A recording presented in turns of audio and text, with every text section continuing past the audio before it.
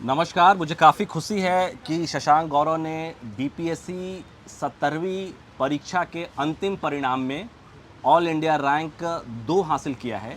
और इससे भी ज़्यादा खुशी की बात यह है कि लगातार सफलता पे काबिज़ होने का सफ़र शशांक गौरव का जारी है। इससे पहले इन्होंने UPSC central arm police force की परीक्षा में ऑल इंडिया रैंक 57 सिक्योर किया था और मैं कह सकता हूं कि इनकी यात्रा इस सफलता के बाद भी रुकने वाली नहीं है।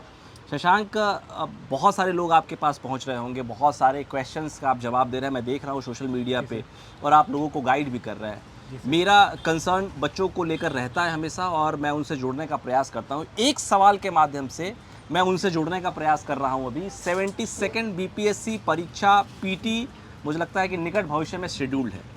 आप मुझे बता सकते हैं कि आपने किस रणनीति का पालन किया कि आपने आसानी से 70th बीपीएससी पीटी परीक्षा सिक्योर कर ली। अभी 72nd बीपीएससी पीटी परीक्षा के लिए मुझे लगता है पूरे देश भर से 8 से 10 लाख से ज़्यादा बच्चे एस्पिरेंट्स के रूप में होंगे और अपीयर करेंगे, तो क्या स्ट्रेटजी होनी चाहिए? सर, सबसे बड़ी बात तो लगभग 1 महीने का वक्त बचा है 72वीं बीपीएससी प्रीलिम्स के लिए।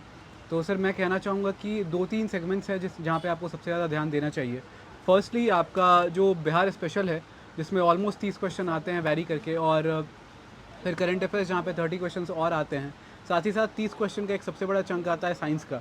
तो ये 3 सेक्शंस अगर आपके बहुत ज़्यादा अच्छे हैं तो आप इस एग्ज़ाम में दूसरों से बेहतर एज में हैं।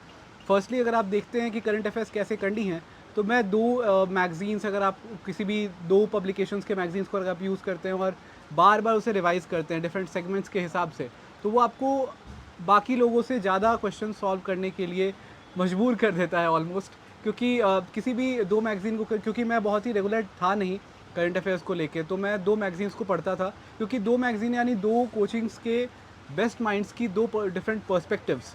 तो वो आप पर्सपेक्टिव्स के हिसाब से क्वेश्चंस को सॉल्व कर सकते हैं बहुत ही ईजिली। और जहाँ भी जिस भी सेक्टर में आपको गलत लग रहा है, उस सेक्टर को बार बार रिवाइज़ कीजिए, वो आपको हेल्प करेगा। फिर रही बात साइंस की, तो साइंस में physics, chemistry, biology, core physics and core chemistry पूछी जाती है। तो पहले वक्त था कि 9th और 10th से ज़्यादा सवाल आते थे, पर अब 11th और 12th के भी सवाल काफ़ी इन्फ्यूज़ होने लगे हैं पूरे के पूरे पैटर्न में। तो मैं कहना चाहूँगा कि अंतिम दिनों में आप अगर कोई कंपाइलेशन बुक है आपके पास, जैसे लूसेंट हो गया, या फिर कोई अरिहंत की ऑल इन वन बुक आती है एनसीईआरटीज़ की, अगर इन सारी चीज़ों को अगर आप यूज़ करके उससे कंपाइलेशन को पूरा रिवाइज़ कर लेते हैं, तो आप बेहतर प्लेस्ड होंगे बाकी चीज़ों को कवर अप करने के लिए।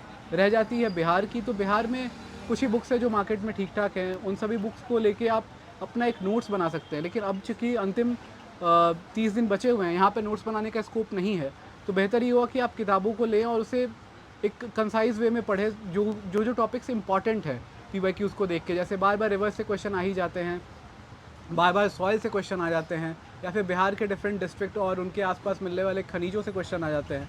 तो इन सारे टॉपिक्स को आप, ये हाई यील्डिंग टॉपिक्स हो जाते हैं, इन तीनों टॉपिक्स को, या ऐसे और भी कोई टॉपिक्स अगर हैं खासकर ज्योग्राफी में या हिस्ट्री में, जो 1857 क्रांति के बाद के क्वेश्चन आते हैं, तो अगर इन टॉपिक्स को हम कवर अप करें किसी ऐसे बुक से जो आपको क्वेश्चन भी सॉल्व करा दे और उसका आंसर भी ठीक ठाक तरीके से दे दे, जैसे घटना चक्र हो गए या डिफरेंट जो अदर कंपाइलेशन टॉपिक्स वाले बुक्स आते हैं, तो अगर ऐसे टॉपिक्स को देखा जाएगा तो आपके लिए चीज़ें आसान हो जाती हैं करना, सो दैट आप इन तीनों सब्जेक्ट्स को, इन तीनों कोर सेक्टर्स को कवर अप करके आप 75 मार्क्स इजीली ला सकते हैं। उसके बाद रह जाती है स्टैटिक टॉपिक्स, जैसे फिर इकोनॉमिक्स, पॉलिटी, हिस्ट्री, जो कि मॉडर्न इंडिया और एंशिएंट में सबसे ज़्यादा क्वेश्चन पूछे जाते हैं।